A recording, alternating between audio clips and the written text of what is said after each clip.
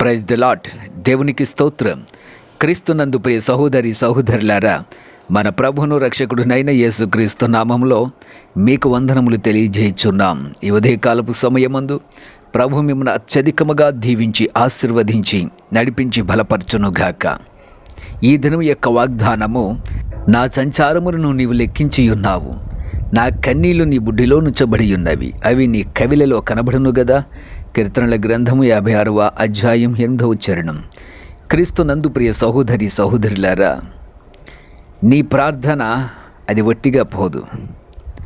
దేవుడు నా ప్రార్థనకు జవాబు ఇవ్వటం లేదు, నా కన్నీళ్ళు ప్రార్థనకు జవాబు రావటం లేదు అని మీరు అనుకుంటున్నారేమో.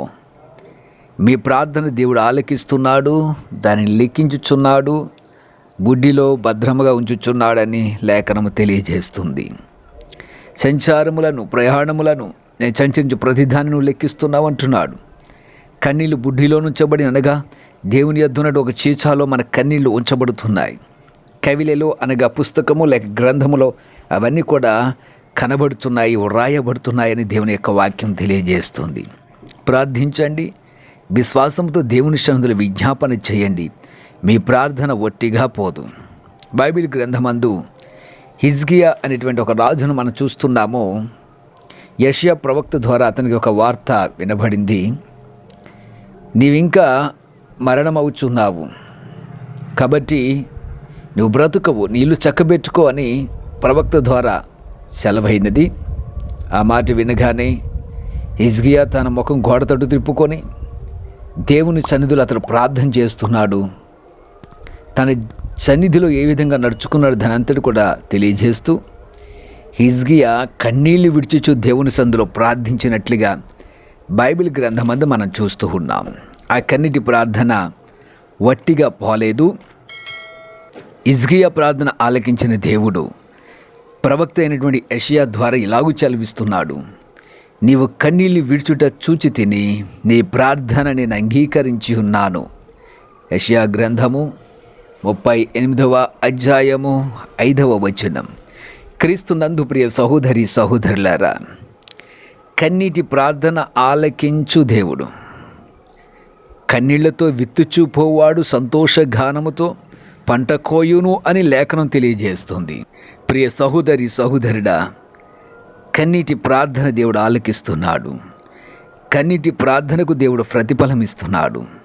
నువ్వు కన్నీరు కార్చి ప్రార్థించినప్పుడు నువ్వు సంతోష గానంతో పంటలు కోస్తావని దేవుని యొక్క వాక్యం తెలియజేస్తుంది. కన్నీరు కార్చి దేవుని సందరి విజ్ఞాపన చేసినప్పుడు నీ ప్రార్థన దేవుడు ఆలకిస్తున్నాడు. హిజ్కియా ప్రార్థన ఆలకించిన దేవుడు ఈరోజు నీ ప్రార్థన కూడా దేవుడు ఆలకిస్తూ ఉన్నాడు.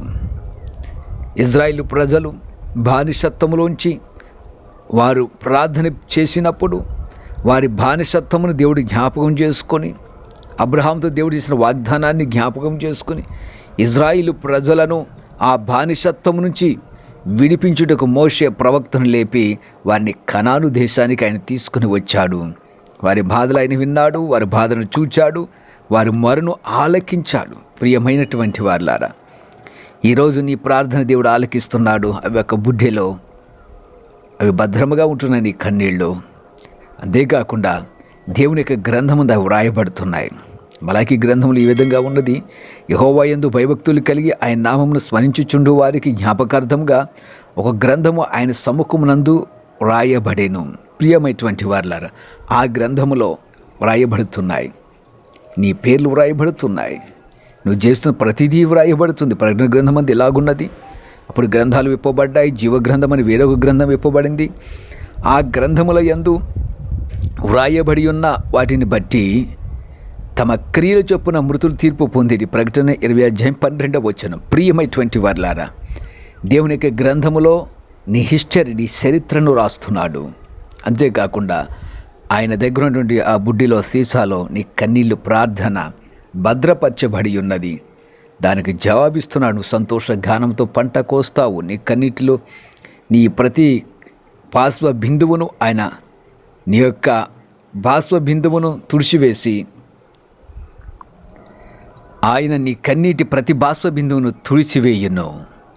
ఇక దుఃఖం ఉండదు, ఏడుపు ఉండదు, వేదన ఉండదు. ప్రియమైనటువంటి వారలారా, ప్రార్థించండి. దేవుడు మీకు తప్పక ప్రియ సహోదరి సహోదరులారా, ప్రార్థించండి. దేవుడు మీకు తప్పగా సహాయం చేస్తాడు. మీ ప్రార్థన దేవుడు అంగీకరిస్తాడు. అట్టి ధన్యత దేవుడు మీకు ఇచ్చును, అట్టి ధన్యత దేవుడు మీకు అనుగ్రహించునుగాక. ఆమెన్. ప్రార్థన చేద్దాం. ప్రియ పరమ తండ్రి, నీ బిడ్డల ప్రార్థన ఆలకించండి.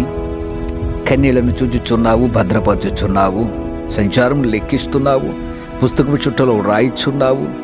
ప్రార్థన వ్యర్థముగా పోనిచ్చేవాడువు కాదు. ప్రార్థనకు జవాబిచ్చి సంతోష జీవితాలు నీ బిడ్డలకు అనుగ్రహించువానిగా ఉన్నావు.